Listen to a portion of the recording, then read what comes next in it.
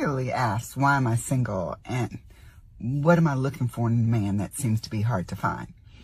Well, of course, I'm looking for someone equally successful and tall and handsome. But the things that seem to be more difficult to find are things like consistency. I need a guy to be consistent, to call me regularly, text me regularly, to let me know that you're trying to get to know me and that you like me. But on the other hand, I don't need you to call me too much. That feels a little desperate. And I need you to understand that I might not call you that often. I want you to take the lead. I might not be so great at timely responding to your voicemail or your text messages because I'm actually, frankly, kind of very busy. And depending on the time, it might get caught up. But I also need a guy that's dependable. A guy that does what he says he's going to do and is there when he says he's going to be there. But I need him to understand that I might be 5 or 15 minutes late, or that I might need to reschedule, that I might have double booked my calendar. And with that, the third thing is that I need you to be very understanding. I'm a self-admitted workaholic, and sometimes I might need to reschedule. I might call you, I might have overbooked, or I might be working late, and I need you to be understanding.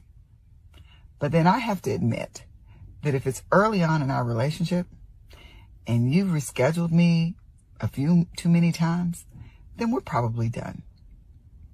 So when I really think about it all, I kind of got a little bit of a double standard. Sorry, I'm a work in progress. Shit. You're a red flag dug in the ground, man. You gotta do this, but you don't do that, but you gotta do this, but you don't do that. You gotta have three legs, 1 foot, 5 shoes, 6 arms. Do what I say, don't do what I do. Do what I do, don't do what I say. But if you do what I do and I do what I do, you gotta love me.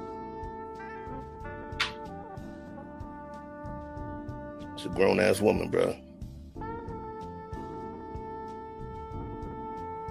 It's a grown-ass woman, bro. So at some point, when is enough enough? Do I really need to use the proverbial wall in order to elucidate what we just saw? Nah, it's not necessary. I don't believe that she is intentional in terms of not finding love, because she looks like a beautiful woman and she looks like she's blossomed from a beautiful younger woman. But at some point, I believe that beauty, it's a nasty drug, man. It's a nasty drug. And within the advent of the information age, 24-hour news cycle, and social media, it's not only a nasty drug, but it releases some drugs like dopamine, which means that women now get high off of the compliments that they receive. This is where we are right now. That drug, and what's taking place is that some women have had the opportunity to be able to move forward and live free off of men. Not all women, of course, right?